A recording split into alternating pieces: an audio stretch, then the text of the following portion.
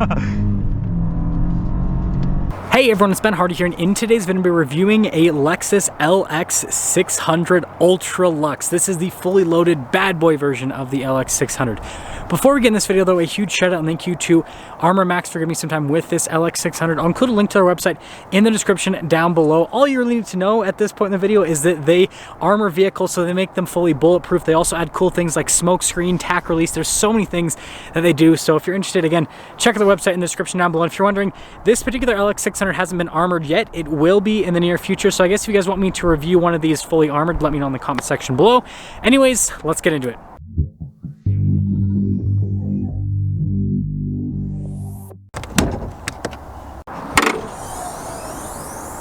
So under the hood, we have a twin turbo 3.5 liter V6 that goes through a 10-speed automatic transmission. Power outputs are 409 horsepower and 479 pound-feet of torque, with fuel economy being 17 around town and then 22 on the highway. Now, before we go over the front end, I do want to mention, if you want to see more videos just like this, then I recommend you subscribe because I post content every single day. Starting with the hood, you guys can see that it kind of divots there in the center, then it's raised on either side. And then we've got these cool daytime running lights here with the LED headlamps, and then you guys can see with the little parking sensor down below, and then we have fog lights as well. And then yes, this has Lexus's massive front grille there with a camera actually below the Lexus logo.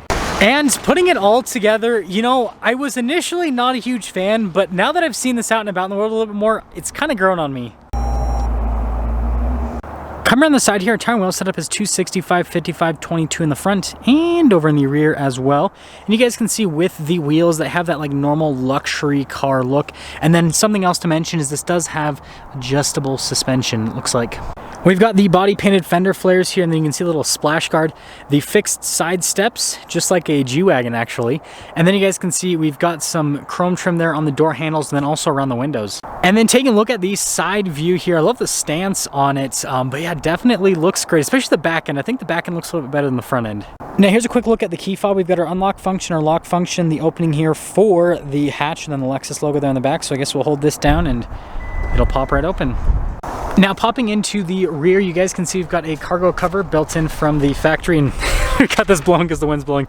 We do have an outlet here in the back as well. You guys can see a little Lexus covering here, but if we actually pick this up, you can see a little bit more storage there. But yeah, decent storage space here in the back, that's for sure. By the way, when you're all done, just press that button right there and that will lower the hatch right back down. Now I've got the taillights that look like the Lexus logo, or at least the sides. Obviously then you have the like light bar connection there. And then of course LX 600 on one side, Lexus there in the center. And then we've got parking sensors and then a bezel that covers up the receiver hitch. And putting it all together, the back end definitely is the better looking part of the LX 600. Now taking a look at the door panel here in the rear, you guys can see we've got sunshades built in from the factory. I really like that wood trim there, that looks pretty fancy. And we've got nice leather padding all over, and then some piano black trim, and then this has the Mark Levinson sound system, which is pretty much in every single Lexus, except for it's upgraded here in the LX 600. Really nice leather seats here in the back. Notice they're perforated, and then you can see the cool stitching design there on the side as well. Legroom back here is actually really solid. We got a little storage pocket, and then you can see the wood trim. We have TVs here in the back as well. And then notice we got the vents, and then yes, we have the opening here for the center console, so like we can open it from the back, which is pretty cool. And then we have this like two tabs. This one is basically some little charging ports with an HDMI. The other one right next to it is just some storage. And then we have another tab here for some cup holders, which is interesting. And then we've got this screen here in the center, so you notice we have massage function here in the back, but then I can go back. Notice I can adjust the seats here with this screen, heated and ventilated function. You got the volume and everything set. You can control the audio. Like there's so much that you can do here in the back. It's kind of crazy. And if that wasn't enough, we also have a wireless phone charging pad back here. And then if we press this button, it opens up the center console for the rear, which opens up just like the one in the front. It's got some USBs and everything in it. And so like crazy, and look at that. And then again, you guys can see just how much you can like recline back here. So I mean, this is definitely luxury, that's for sure.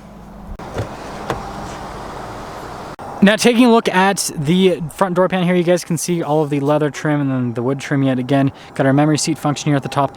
Blind spot monitoring with the mirrors. We've got all of our window controls right here, another speaker for that sound system, and then all of our mirror adjustments. The mirrors do power fold in as well. And then taking a look at the front seat, you guys can see with the Lexus logo, and then notice perforated all down the center, and you can see the cool stitching design. Power adjustments here on the side, and then notice pedals pretty normal. Got like your gas cap release, your hood release right here. Steering wheel is power adjustable. This is for the camera, and then you guys can see stuff for the trip computer.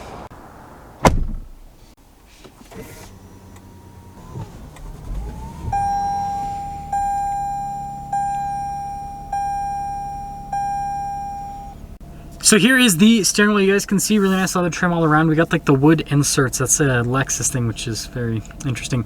Paddle shifters here on the back for that 10-speed automatic. We do have adaptive cruise control with lane departure, volume controls, voice command controls as well. Turn signal light stock, and then our windshield wiper stock. And then taking a look at the gauge cluster itself, you guys can see you've got some analog gauges on either side, but then we have that screen here in the center, which we can use to basically scroll through and see a bunch of different bits of info on the car and then systems within the car as well. We also have a bunch of different drive modes. So you guys can see we've got an Eco, Comfort, Normal, Sport, Sport Plus, and then we have a Custom. And then notice in the Sport Plus how it actually changes the gauge cluster. Makes it all red and aggressive, which, you know, I think is pretty fun. And then you guys can see it lets us know how high we are with the suspension. We're at the H2, so we're in the highest setting. And you thought I was done with the drive modes. We also have our multi-terrain select. So we have an auto, dirt, sand, mud, and then a deep snow mode that we can also go into. So in reverse, we have a backup camera with trajectory lines that turn with the steering wheel. You guys can also see the bird's eye view because this does have a 360 camera system. Now, as for the infotainment system itself, first off, we got like a shortcut bar here on the side, which lets you go into all the different menus. Response time with it is really solid, so pretty easy system to use overall. And then you do get like a physical volume knob right there. And then the engine stop start's actually integrated into the infotainment system, which is weird. And then we have this secondary screen right here. So you can actually turn off the adjustable suspension, which is interesting. But this screen basically doubles as like, you know, the climate control screen, lets you know your drive mode, four-wheel drive, all that kind of stuff. It's I'm not gonna say it's pointless, but at the same time, I am not sure this screen is necessary. And then we got our climate controls down below, again, dual zone climate, and then you can select your drive mode, select multi-terrain select, so you can shift between, or you can do the hill descent control as well. And then this is the knob that you actually twist when you're in the different modes. And then we have four-wheel drive high as well as four-wheel drive low. Heated and ventilated seats for the front. We also have a heated steering wheel control, and then you guys can see the storage space area right there. And then you got some USB action on the other side. And the seats are automatic with the climate control, so like you can just set it all to auto, so then it'll heat or cool the seat depending on what it thinks is best.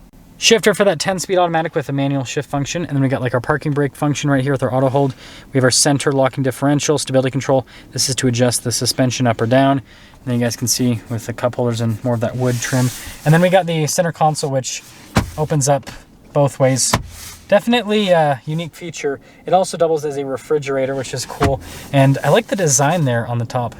Notice you got more leather trim here on the dash and then also down below. And then we've got a pretty normal glove box here, so nothing too crazy happening there. It does have nice padding there on the outside though. And then up top we do have a camera mirror, which is cool. And then we also have a sunroof as well, just a standard sunroof. And then like a nicer headliner.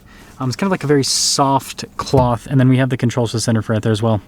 So here's our window sticker for this LX 600 Ultra Luxe. This is basically all the standard equipment, but the exciting thing is in the options, which there are pretty much none. That's the interesting thing. Everything comes standard for this. Total MSRP, $127,815 for a Lexus LX. Let's see how it drives.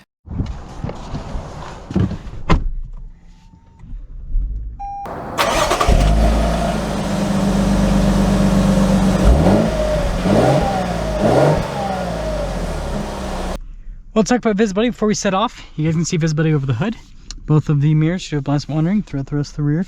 And hopefully you guys can also now see the heads-up display that comes with the LX 600. We're back in the neutral suspension height.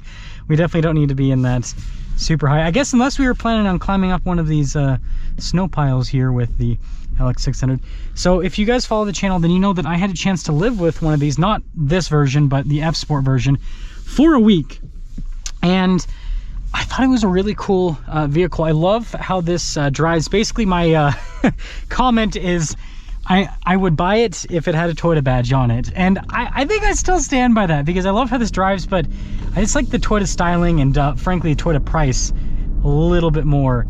But first off, I feel like this road's gonna be a really good test of the suspension on the LX, just to show you guys how good this is. It's very comfortable. I've seen a lot of car reviewers complain about how this is too floaty. Again, you got to remember, body on frame, solid rear axle, independent front suspension. So it's not going to handle the best. But what it does do, because of this setup, is it rides really well, especially over bumps, especially over rough terrain. And again, you gotta remember, this has 22s. If you downsize to like 18-inch wheels and put some aggressive tires on this with some sidewall, it would be really comfortable. We're gonna pop it into the Sports Plus, or Custom Sport Plus mode here.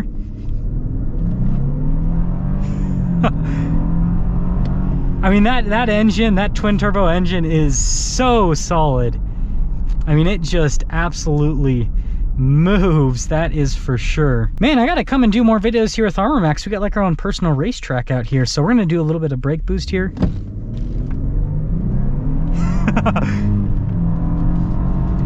This thing's fast. This thing is really fast, honestly. I know people miss the oh, I don't know why I'm trying, it's because it turns, but it's not technically. Anyways, I know it's not as reliable in some people's minds as the 5.7 V8. Yeah, this right here shows us. Look at it. Just super comfortable going through it. But anyways, I love this engine. I think it's so good. So I know it's a kind of a shorter drive, but again, I lived with one of these for a week, so like I don't need to take it out to tell you guys how this drives. Super comfortable vehicle. The seat comfort's amazing.